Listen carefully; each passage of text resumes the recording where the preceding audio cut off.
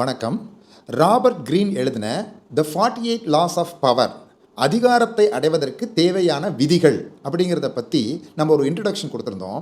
அந்த இன்ட்ரடக்ஷனில் இந்த வீடியோவில் வரக்கூடிய விஷயங்கள் வெறுக்கத்தக்கவையாக இருக்கலாம், இப்படியெல்லாம் ஒரு பவரை அடையணுமா அப்படின்னு கூட உங்களை தோன்ற வைக்கலாம் அப்படின்லாம் ஒரு நெகட்டிவாக ஒரு இன்ட்ரடக்ஷன் கொடுத்துருந்தேன்.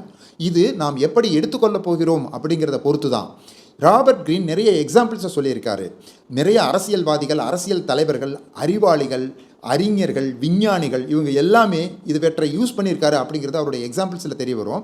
நாம் தேவையான ஒரு சில எக்ஸாம்பிள்ஸை மட்டும் நம்ம சொல்லுவோம், மற்ற எல்லாமே நமக்கு தெரிந்த எக்ஸாம்பிள்ஸ் தான். அதிகாரம் அப்படிங்கிறது நீங்கள் ஒரு மிகப்பெரிய பொசிஷனுக்கு போகணும் அப்படிங்கிறது மட்டும் கிடையாது.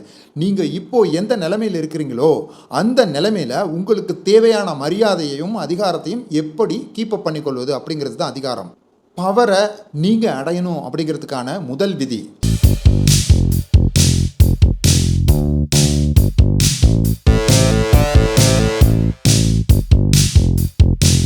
எப்போவுமே உங்களோட சுப்பீரியர் உங்களுக்கு மேலே தான் இருக்காரு அப்படிங்கிற மாதிரி அவரை உணர வச்சுக்கிட்டே இருக்கணும். அவரை நீங்கள் இம்ப்ரெஸ் பண்ணுறேன் அப்படிங்கிற பேரில் உங்களோட டேலண்ட்டையும் உங்களோட நாலெட்ஜையும் அளவுக்கு மீறி அவர்கிட்ட நீங்கள் காட்டிக்கிட்டே இருந்தீங்கன்னா அவரை இம்ப்ரெஸ் பண்ணுறதுக்கு பதிலாக அவருடைய வெறுப்பை தான் நீங்கள் சம்பாதிப்பீங்க.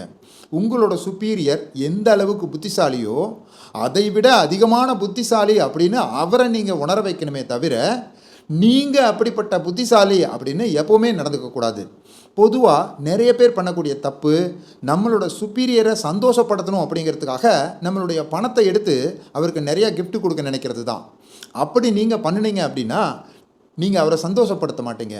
அதுக்கு பதிலாக அவருடைய இன்செக்யூரிட்டியை நீங்கள் தூண்டி விடுவீங்க. அது மட்டும் இல்லாமல் நம்மளுடைய சுப்பீரியர் நமக்கு ஒரு ஃப்ரீடம் கொடுத்துருக்காரு அப்படின்னா அதை பயன்படுத்திக்கிட்டு அவருக்கு ஈக்குவலாக நீங்கள் நடந்துக்கணும், அவரோட ஃப்ரெண்டு மாதிரி நீங்கள் நடந்துக்கணும் அப்படின்னு நினைக்கவே கூடாது. வானத்தில் இருக்கக்கூடிய நட்சத்திரங்கள் சூரியனை விட ரொம்பவே பெருசு தான். ஆனால் சூரியன் இருக்கும்போது அந்த நட்சத்திரங்கள் எப்போவுமே வெளியே வர்றதில்லை. அதே மாதிரி தான் உங்களுடைய சுப்பீரியரை விட நீங்கள் புத்திசாலியாக இருக்கலாம், ஆனால் அவர் இருக்கும்போது உங்களுடைய புத்திசாலித்தனத்தை நீங்கள் குறைச்சி தான் காட்டிக்கணும். இந்த விஷயத்தை தான் நீங்கள் பவரை அடையிறதுக்கான 48 விதிகளில் முதல் விதியாக ராபர்ட் கிரீன் சொல்கிறாரு. இந்த விதிக்கு ராபர்ட் கிரீன் சொன்ன எக்ஸாம்பிளை நம்ம இங்கே சொல்ல வேண்டிய அவசியம் இல்லை, ஏன்னா இது எல்லோருமே நம்ம நார்மலாக ஃபாலோ பண்ணக்கூடிய விஷயம்தான். இதை பற்றி என்ன நினைக்கிறீங்க அப்படின்னு நீங்கள் கமெண்ட்டில் சொல்லுங்கள்.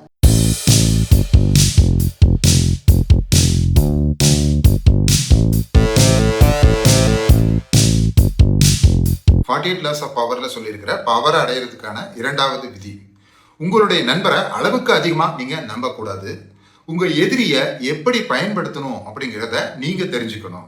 பொதுவாக நம்ம யாருமே நம்மளுடைய நண்பர்கள் நம்மளை ஏமாத்திடுவாங்க அப்படின்னு நம்ம யோசிக்கிறதே இல்லை. அதுதான் மிகப்பெரிய காரணம், நம்ம நண்பர்கள் நம்மளை மிக சுலபமாக ஏமாத்துறதுக்கு. இப்படிப்பட்ட வீக் பாயிண்ட்டை பவர்ஃபுல்லான பொசிஷனில் இருக்கிற யாருமே அனுமதிக்கவே மாட்டாங்க. ராபர்ட் கிரீன் நீங்களும் பவர்ஃபுல்லாக ஆகணும் அப்படின்னா உங்களுடைய நண்பர்களை அளவுக்கு அதிகமாக நம்பக்கூடாது அப்படின்னு சொல்கிறாரு. அது மட்டும் இல்லாமல் வாய்ப்பு கிடைச்சா உங்களுடைய எதிரிகளை மன்னிச்சு உங்கள் நண்பர்கள் கூட்டத்தில் சேர்த்துக்கோங்கன்னு சொல்கிறாரு. உங்கள் நண்பர்களை விட உங்கள் எதிரிகள் உங்களுக்கு விசுவாசமாக இருப்பார்கள் அப்படின்னு சொல்கிறாரு. ஆப்ரஹாம் லிங்கன் ஒரு தடவை அவருடைய எதிரியை பற்றி ரொம்ப புகழ்ந்து பேசினாராம். அப்போ ஒருத்தங்க ஆப்ரஹாம் லிங்கன் கிட்ட கேட்டாராம், உங்கள் எதிரியை நீங்கள் அழிக்கணும், ஆனால் நீங்கள் அவரை புகழ்ந்து பேசிக்கிட்டு இருக்கீங்க ஏன் அப்படின்னு. அதுக்கு ஆப்ரஹாம் லிங்கன் சொன்னாராம், என் எதிரி ஒருத்தனை என் நண்பனை ஆக்கிக்கிட்டேன்னா என் எதிரிகளில் ஒருத்தனை நான் அழிச்சிட்டேன்னு தானே அர்த்தம். இதே விஷயத்தை தான் ராபர்ட் கிரீனும் பவரை அடையிறதுக்கான 48 விதிகளில் ரெண்டாவது விதியாக சொல்கிறாரு. இந்த விதியை பற்றி நீங்கள் என்ன நினைக்கிறீங்க அப்படிங்கிறத கமெண்ட்டில் சொல்லுங்கள். நம்ம சேனலை சப்ஸ்கிரைப் பண்ணி லைக் பட்டனை கிளிக் பண்ணிக்கோங்க.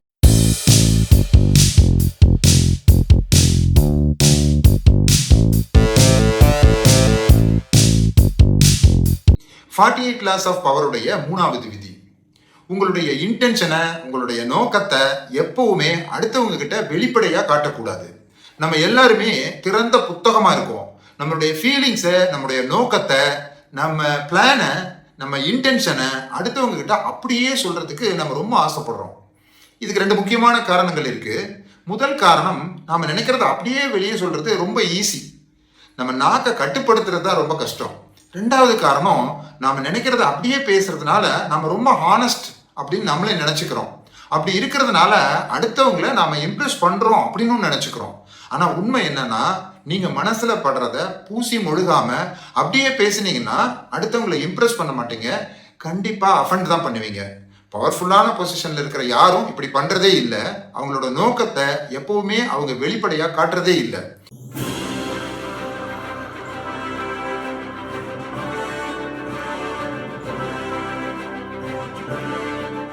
பவர் அடையிறதுக்கான 4வது விதி, எப்பவுமே எவ்வளவு தேவையோ அதை விட கம்மியாக தான் பேசணும். நம்ம எல்லாரும் அடுத்தவங்களை இம்ப்ரெஸ் பண்றதுக்காக நமக்கு தெரிஞ்ச எல்லா விஷயத்தை பத்தியும் பேசணும் அப்படின்னு நினைக்கிறோம். நம்ம அதிகமாக பேசணும்னா அடுத்தவங்களை இம்ப்ரெஸ் பண்ண மாட்டோம். அதுக்கு பதிலாக அவங்களுக்கு முன்னாடி ரொம்பவே காமனான ஒரு ஆளா, கண்ட்ரோல் இல்லாத ஒரு ஆளா தான் தெரியும். எப்போ நம்ம அதிகமாக பேசுகிறோமோ அப்போவே முட்டாள்தனமான விஷயங்களை சொல்றதுக்கான வாய்ப்பு ரொம்ப அதிகரிக்குது. பவர்ஃபுல்லான பொசிஷன்ல இருக்கிற யாருமே அதிகமாக பேசுறதே இல்லை. ரொம்ப கம்மியாக பேசுறது மூலியமா மட்டும்தான் அடுத்தவங்களை அவங்க இம்ப்ரெஸ் பண்றாங்க.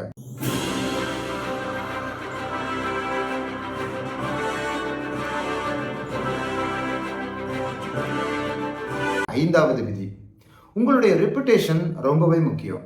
உங்களோட உயிரை கொடுத்தாவது உங்களோட ரெப்புடேஷனை நீங்கள் காப்பாற்றிக்கணும். ஏதோ ஒரே ஒரு விஷயத்தை வச்சு பவரை அடைய முடியுமா அப்படின்னு கேட்டிங்கன்னா அது கண்டிப்பாக ரெப்புடேஷன் தான். ரெப்புடேஷன் இல்லை அப்படின்னா பவர் இல்லை. நீங்களும் பவர்ஃபுல்லான பொசிஷனுக்கு போகணும் அப்படின்னா உங்களோட ரெப்புடேஷன் உங்களுக்கு ரொம்ப முக்கியம். உங்களோட உயிரை கொடுத்தாவது அதை நீங்கள் காப்பாற்றி ஆகணும். அதே மாதிரி உங்களோட எதிரி உங்களோட பவர்ஃபுல்லான ஆளாக இருக்காரு அப்படின்னா அவரை அழிக்கிறதுக்கு ரொம்ப சிம்பிளான வழி அவரோட ரெப்புடேஷனில் சின்ன சின்ன ஓட்டைகளை போடுறது தான். அப்படி சின்ன சின்ன ஓட்டைகளை நீங்கள் போட்டுட்டீங்கன்னா அவரே அவரை அழிச்சுக்குவார். இந்த விஷயத்தை தான் ராபர்ட் கிரீன் 48 லாஸ் ஆஃப் பவரில் பவர் அடையிறதுக்கான 5வது விதியை சொல்கிறார்.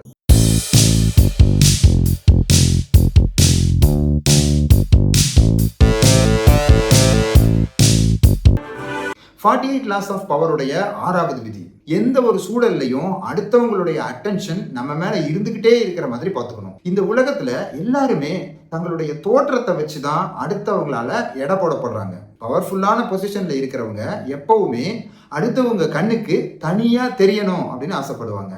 அது மட்டும் இல்லாம அடுத்தவங்களோட அட்டென்ஷனை எப்பவுமே தங்களை நோக்கி ஈர்க்கணும் அப்படின்னு நினைப்பாங்க. அறிவியல் வரலாற்றிலேயே 2 பேருக்கு நடுவுல மிகப்பெரிய போட்டி நடந்தது அப்படின்னா அது தாமஸ் ஆல்வா எடிசனுக்கும் நிக்கோலஸ் டெஸ்லாவுக்கும் நடுவுல தான். நிக்கோலஸ் டெஸ்லா தாமஸ் ஆல்வா எடிசனை விட மிகப்பெரிய புத்திசாலி. அதனால டெஸ்லாவை நாம வெற்றி பெறணும் அப்படின்னா நமக்கு இருக்கிற ஒரே வழி அடுத்தவங்களுடைய அட்டென்ஷனை பெறது மட்டும்தான் அப்படின்னு தாமஸ் ஆல்வா எடிசன் நினைக்கிறாரு.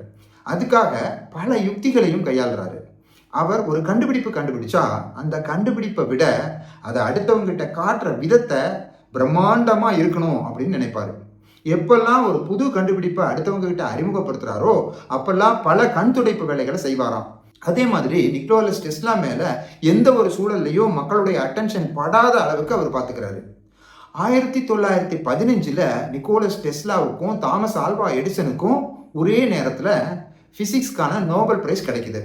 அப்போ தாமஸ் ஆல்வா எடிசன் எங்க நிக்கோலஸ் டெஸ்லா தன் கூட மேடையில் ஏறினா நமக்கு கிடைச்ச அதே அட்டென்ஷன் அவருக்கும் கிடைச்சிருமோ அப்படின்னு நினைச்சு 2 பேருக்குமே நோபல் பரிசு கிடைக்காத அளவுக்கு பண்ணிட்டாராம். ஒரு காலத்துல தாமஸ் ஆல்வா எடிசனுடைய டிசி கரண்ட், நிக்கோலஸ் டெஸ்லாவோட ஏசி கரண்ட் எது வீட்டு பயன்பாட்டுக்கு உகந்தது அப்படின்றது ஒரு மிகப்பெரிய சர்ச்சையை ஏற்படுத்துது. அப்போ Thomas Alva Edison AC current எவ்வளவு ஆபத்து அப்படிங்கிறத ப்ரூவ் பண்றதுக்காக நிறைய மிருகங்களை ஏசி கரண்ட்டை வச்சு கொல்றாரு. இது எல்லாமே நிக்கோலஸ் டெஸ்லாவுடைய ஏசி கரண்ட்டோடைய ஆபத்தை ப்ரூவ் பண்றதுக்காக அவர் செஞ்சாரு அப்படின்னு எல்லாரும் நினைச்சாங்க. ஆனா உண்மையிலேயே அடுத்தவங்களுடைய அட்டென்ஷனை தன் பக்கம் திருப்புறதுக்காக தான் எடிசன் இது எல்லாத்தையுமே பண்ணினாரு. சரியோ தவறோ எந்த ஒரு சூழ்நிலையிலும் அடுத்தவங்களுடைய அட்டென்ஷன் நம்ம மேல பட்டுக்கிட்டே இருக்கணும் அப்படின்னு எடிசன் நினைச்சாரு. அந்த அட்டென்ஷன் தான் நிக்கோலஸ் டெஸ்லாவை விட எடிசன் ரொம்ப பவர்ஃபுல்லா இருந்ததுக்கு காரணம். ராபர்ட் கிரீனும் பவரை அடையிறதுக்கான 6வது விதியா இதைத்தான் சொல்றாரு. அது கான்ட்ரவர்ஷியலான அட்டென்ஷனா இருந்தாலும் பரவாயில்ல, அட்டென்ஷன் எப்படி வருதுங்கிறது முக்கியம் இல்லை, அட்டென்ஷன் வந்தாலே நீங்க பவர்ஃபுல்லான ஆளா மாறிடுவீங்க அப்படின்னு சொல்றாரு. அப்படி நீங்க அட்டென்ஷனை பெறும்போது 2 விஷயத்துல ரொம்பவே ஜாக்கிரதையா இருக்கணும்.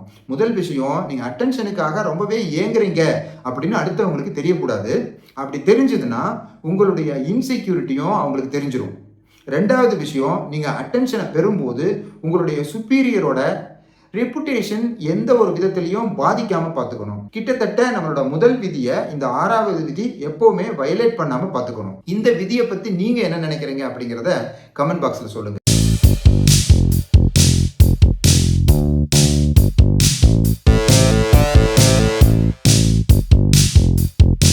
48 laws of powerுடைய 7வது விதி, அடுத்தவங்களை எப்பவுமே உங்களுக்காக வேலை செய்ய வைக்க கத்துக்கணும். அப்படி அடுத்தவங்க செய்யற வேலைக்கான கிரெடிட்டை உங்களோட நீங்க தக்க வச்சுக்கணும். அறிவியல் வரலாற்றிலேயே ரொம்பவும் ஏழ்மையான நிலையில வாடின, கொஞ்சமும் பவரும் இல்லாம வாழ்ந்த ஒரு சயின்டிஸ்ட்னா அவரு நிக்கோலஸ் டெஸ்லா தான். அதே அறிவியல் வரலாற்றில் மிகவும் புத்திசாலியான சயின்டிஸ்டுடைய பேர்லாம் எடுத்து பார்த்தீங்கன்னா அதில் கண்டிப்பாக இவரோட பேரும் இருக்கும். எப்படி ரொம்பவே புத்திசாலியான ஒரு ஆள் கொஞ்சமும் பவர் இல்லாமல் ரொம்பவே ஏழ்மையில் வாடினார்? இதற்கான பதில் அவருடைய வாழ்க்கையில் நடந்த சில நிகழ்வுகளை பார்த்தாலே நமக்கு புரியும். டெஸ்லா தன்னுடைய இளம் வயதில் தாமஸ் ஆல்வா எடிசனுடைய கம்பெனியில் தான் வேலை பார்த்துக்கிட்டு இருக்காரு. டெஸ்லாவுடைய திறமையை பார்த்த தாமஸ் ஆல்வா எடிசன் அவரோட நெருங்கி பழக ஆரம்பிக்கிறாரு. எடிசன் தான் கண்டுபிடிச்சு வச்சிருந்த டைனமோவை மேம்படுத்தணும் அப்படின்னு நினைக்கிறாரு. ஆனால் அதுக்கு கண்டிப்பாக 5 வருஷம் எடுத்துக்கும் அப்படின்னு எடிசனுக்கு தெரியுது. அதனால டெஸ்லாவை கூப்பிட்டு, எனக்காக இந்த டைனமோவை நீ மேம்படுத்தி கொடுத்தீங்கன்னா உனக்கு $50,000 கொடுக்குறேன் அப்படின்னு சொல்றாரு. டெஸ்லாவும் டே அண்ட் நைட் வேலை பார்த்து ஒரே வருஷத்திலேயே அந்த டைனமோவை எடிசன் எதிர்பார்த்ததை விட ரொம்பவே சிறப்பாக வடிவமைச்சு அவர் கையில் கொடுத்துட்றாரு. எடிசன் அதுக்காக டெஸ்லாவை பாராட்டிட்டு அதுக்கான பேட்டன்ட்டை தன் பேரில் வாங்கிக்கிறாரு. டெஸ்லாவும் தனக்கு $50,000 கிடைக்குது அப்படின்னு எதிர்பார்த்துக்கிட்டே இருக்காரு.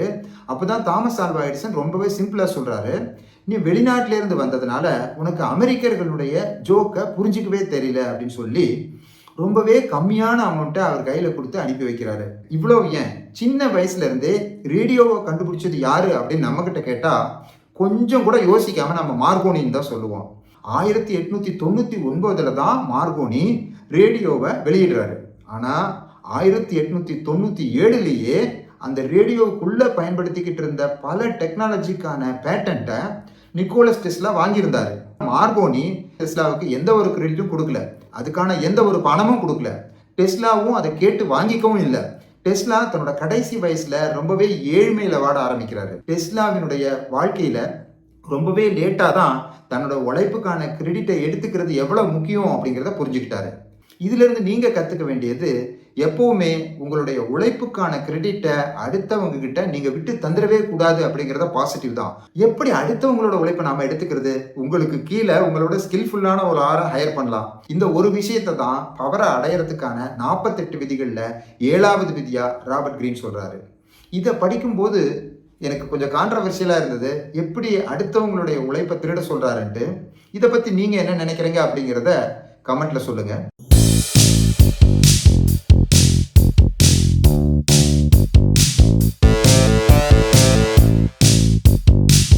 எப்பவுமே அடுத்தவங்களை உங்களை நோக்கி வர வைக்கணும். எந்த ஒரு சிச்சுவேஷனையும் உங்களுடைய கண்ட்ரோல்ல நீங்க வச்சுக்கணும். எப்போ நீங்க நினைக்கிற விஷயங்களை அடுத்தவங்களை செய்ய வைக்க உங்களால முடியுதோ அப்பவே அந்த சிச்சுவேஷன் உங்க கண்ட்ரோல்ல இருக்குன்னு அர்த்தம். எப்போ ஒரு சிச்சுவேஷன் உங்களோட கண்ட்ரோல்ல இருக்கோ அப்போவே உங்க கையில பவர் இருக்கு அப்படின்னு அர்த்தம்.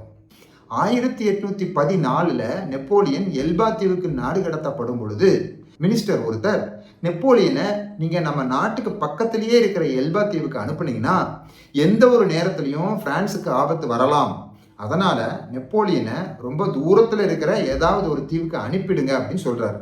அப்போ யாருமே அவருடைய பேச்சை கேட்கல. ஆனா அவருக்கு தெரியுது, கட்டாயமா நெப்போலியன் பக்கத்துல இருந்தா நமக்கு ரொம்பவே ஆபத்துன்னு. ஆனா இதை நம்ம திரும்ப திரும்ப சொன்னோம்னா நம்மளோட உயிருக்கு தான் ஆபத்து அப்படின்னு அவர் யோசிக்கிறாரு. அதனால நெப்போலியனை எப்படி தொலைதூரத்துக்கு அனுப்புறது அப்படின்னு ஒரு திட்டத்தை தீட்டுறாரு.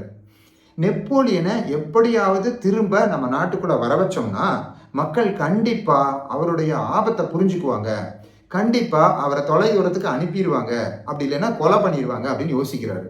ஆனா நெப்போலியனும் எல்பா தீவுல இருந்து திரும்ப வர்றதுக்கு தயாராகவே இல்லை. அப்போதான் டாலிராண்ட் ஒரு யுத்தியை கையாளுறாரு. தன்னுடைய ஆட்களை நெப்போலியன் கிட்ட அனுப்பி வச்சு அவருடைய ஆசையை தூண்டுறாரு. படை தளபதிக்கு லஞ்சம் கொடுத்து நெப்போலியனை தப்பிக்க வைக்கிறாரு. திரும்பி வந்த நெப்போலியனுடைய ஆபத்தை மக்கள் புரிஞ்சுக்கிட்டாங்க. டாலிராண்ட் நினைச்சபடியே அவரை தொலைதூரத்துக்கும் அனுப்பி வச்சாங்க. இந்த கதையில் நம்ம கவனிக்க வேண்டிய ஒரு விஷயம், டாலிரேண்டை விட நெப்போலியன் ரொம்பவே பவர்ஃபுல்லான ஆள். எப்படி அவர் நினச்சதை சாதிச்சாரு அப்படிங்கிறத நம்ம கவனிக்கணும். அதுக்கு டாலிரேண்ட் செஞ்ச விஷயங்கள் ரொம்பவே சிம்பிள். நெப்போலியனுடைய ஆசையை தூண்டினாரு. இவர் நினைக்கிற விஷயத்த நெப்போலியனை செய்ய வச்சாரு. இதில் ரொம்பவே முக்கியமான விஷயம், நெப்போலியன் இவர் நினைக்கிற விஷயங்களை செய்யும்போது நெப்போலியன் தன்னுடைய கண்ட்ரோலில் இருக்கிறதா நினச்சிக்கிட்டு இருந்தார். அதுதான் டாலிரேண்ட் ஜெயிக்கிறதுக்கு மிக முக்கியமான காரணமாக இருந்தது. நீங்களும் உங்களுடைய பவர்ஃபுல்லான எதிரியை வெற்றி பெறணும் அப்படின்னா நீங்கள் நினைக்கிற விஷயங்களை உங்களுடைய எதிரியை செய்ய வைக்கணும். அப்படி செய்யும் பொழுது சிச்சுவேஷன் அவங்களுடைய கண்ட்ரோலில் இருக்கிறதா அவங்கள நீங்கள் நம்ப வைக்கணும். அப்படி அவங்க நம்பிட்டாங்கன்னா சிச்சுவேஷன் உங்களோட கண்ட்ரோலுக்கு வந்துடும். எப்போ சிச்சுவேஷன் உங்களோட கண்ட்ரோலுக்கு வருதோ அப்போவே உங்கள் கைக்கு பவரும் வந்துடும். இந்த விஷயத்தை தான் பவரை அடையிறதுக்கான 8வது விதியாக ராபர்ட் கிரீன் சொல்கிறாரு. இதை பற்றின உங்களுடைய கருத்தை கமெண்ட்டில் சொல்லுங்கள்.